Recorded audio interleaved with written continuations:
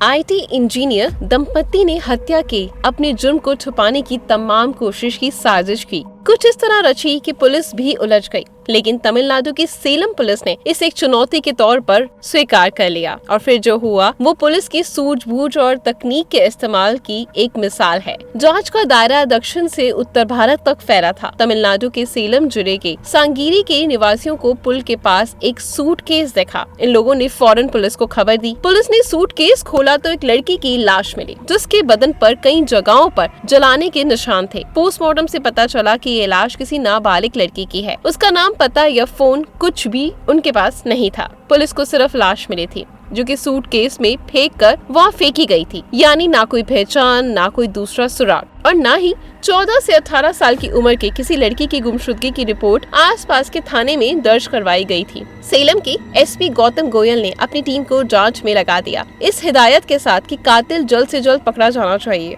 Police का focus अब suitcase पर था। सूटकेस नया था, ऐसे में पुलिस ने ऑनलाइन शॉपिंग पोर्टल से लेकर दुकानों की छानबीन कर डाली, लेकिन कुछ ठोस हाथ नहीं लगा। ये नहीं पता चल सका कि सूटकेस किसने खरीदा था। ऐसे में पुलिस ने लाश की हालत और पोस्टमार्टम रिपोर्ट की बुनियाद पर हाईवे पर लगे सीसीटीवी फुटेज की तलाश शुरू करी। 28 तारीख की रात एक कार से उस जगह पर रोकी गई, तकरीबन 11:30 बजे के आसपास, जहां लाश के साथ ब्रीफ केस मिला था। लाश ठिकाने लगाने के लिए पार्किंग लाइट ऑन कर रखी थी, क्योंकि ये गाड़ी हाईवे पर थी। पुलिस को शक हुआ। पुलिस ने आरटीओ से कार डिटेल निकलवाई। कार के मालिक की पहचान 31 साल के अविनाश साहू के तौर पर हुई। वो आईटी इंजीनियर है तो बेंगलोर के एक सॉफ्टवेयर फर्म में काम करते थे। साहू ने पुलिस को बताया कि उनकी पत्नी भी सॉफ्टवेयर इंजीनियर है, जो कि बेंगलोर में काम करती हैं और उनका नाम अश्विन पटेल है। पुलिस ने उनसे संपर्क किया और उन्हें ऐसी किसी भी वारदात में शामिल होने से इनकार किया, लेकिन पुलिस को शक हो चुका था। पुलिस के संपर्क करने के बाद अविनाश ने अपना फोन बंद कर दिया। पुलिस ने इस पर नजर रखी तो फौरन एक सबूत मिला। पुलिस ने जब से उन्हें संपर्क किया था तो अविनाश ने इसके फौरन बाद एक वकील के संपर्क में आया, ताकि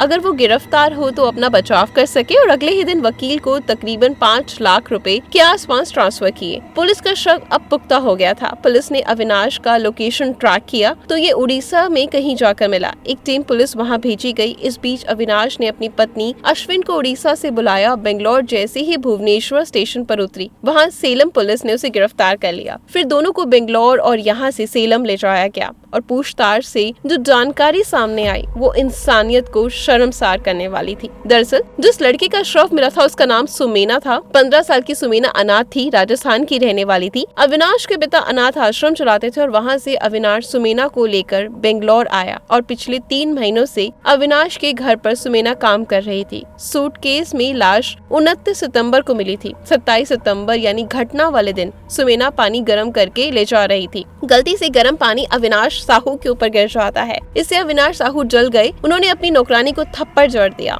और वो गिर गई। इतने में अविनाश साहू की पत्नी अश्विन पाटिल वहां पहुंची। उन्हें भी बहुत गुस्सा आया हुआ था। उसने गर्म पानी अपनी नौकरानी पर फेंका और बेलन से सुमेना की पिटाई कर दी। सर पर लगे गहरे चोट से सुमेना की मौत हो गई और इसके बाद अविनाश की पत्नी अश्विन और नौकरानी से काफी नाराज थी। उसका मानना था कि सुमेना खाना चोरी करती है और उसके 5 साल के बच्चे को ठीक से उसकी देखभाल नहीं करती। इससे सुमेना से वो काफी नाराज थी। सुमेना की मौत के बाद पति पत्नी ने बाजार से सूटकेस खरीदा। सुमेना को लाश उसमें रखी और फिर सेलम की संगीरी में फेंक दिया और वहाँ वापस लौट आए। इस इंजीनियर दंपति को भरोसा हो गया था कि उनका जुर्म छुप गया। जिसकी हत्या उन्होंने की उसका कोई अपना नहीं था। इन लोगों ने लाश को ठिकाने लगा दिया था। ऐसे में इन्हें भरोसा था कि अब किसी को शक नहीं होगा, लेकिन सेलम पुलिस की सूझबूझ और तकनीक से इस आईटी दंपति का राज फाश हो गया। इनका 5 साल का एक बेटा भी है। इनकी करनी का फल अब इस बच्चे को भुगतना पड़ेगा। आपका क्या कहना है इस मामले में? क्या इन्होंने सही किया या गलत? बल्कि मैं एक चीज कहना चाहूंगी, मैं सही गलत की तरफ नहीं, बल्कि एक चीज कहना चाहूंगी कि इंसान को कोई भी सिचुएशन हो अपने गुस्से पर काबू करना चाहिए, क्योंकि गुस्से में आकर हम वो काम कर देते हैं जो हमने कभी जिंदगी में सोचा नहीं होता, जिसका रिग्रेट हम जिंदगी भर करते रहेंगे, लेकिन हम उस चीज को वापस नहीं ला सकते, उस जिंदगी को वापस नहीं ला सकते। अब अच्छे खासे लोग पढ़े लिखे थे, नॉर्मल लाइफ जी रहे थे, लेकिन एक थोड़े से गुस्से ने उनकी जिंदगी को खत्म कर रख दिया। सलाखों के पीछे पहुंच गए। उनके बच्चा जो अच्छा खासा जिसका फ्यूचर बिल्ड हो सकता था, माँ बाप जब इतने पढ़े लिखे थे, फाइनेंशियली इतने स्ट्रॉन्ग थे, तो उसका बच्चा बिल्कुल अनाथ हो गया। तो जिंदगी कब से कहाँ किस मोड़ पर ले आए ना, ये हम पर डिपेंड करता है। आज के समय में लोगों के अंदर गुस्सा इतना ज्यादा बढ़ गया है कि छोटी सी गलती पे वो दूसरे को जान से मार देना चाहते हैं, और यही गलती का पछतावा जब तक उनको होता है तब तक बहुत देर हो चुकी होती है। अगर आप ऐसी और इंटरेस्टिंग कहानियां सुनना चाहते हैं रियल लाइफ पर, तो प्लीज हमसे कांटेक्ट करें। कांटेक्ट का मीन्स कमेंट करें, बताएं कोई आपने भी कोई लेटेस्ट आपके आसपास ऐसा कोई जुर्म हो रहा है जो पूरी दुनिया के सामने आप रखना चाहते हैं, तो हमसे उसकी स्टोरी साझा करें। धन्यवाद।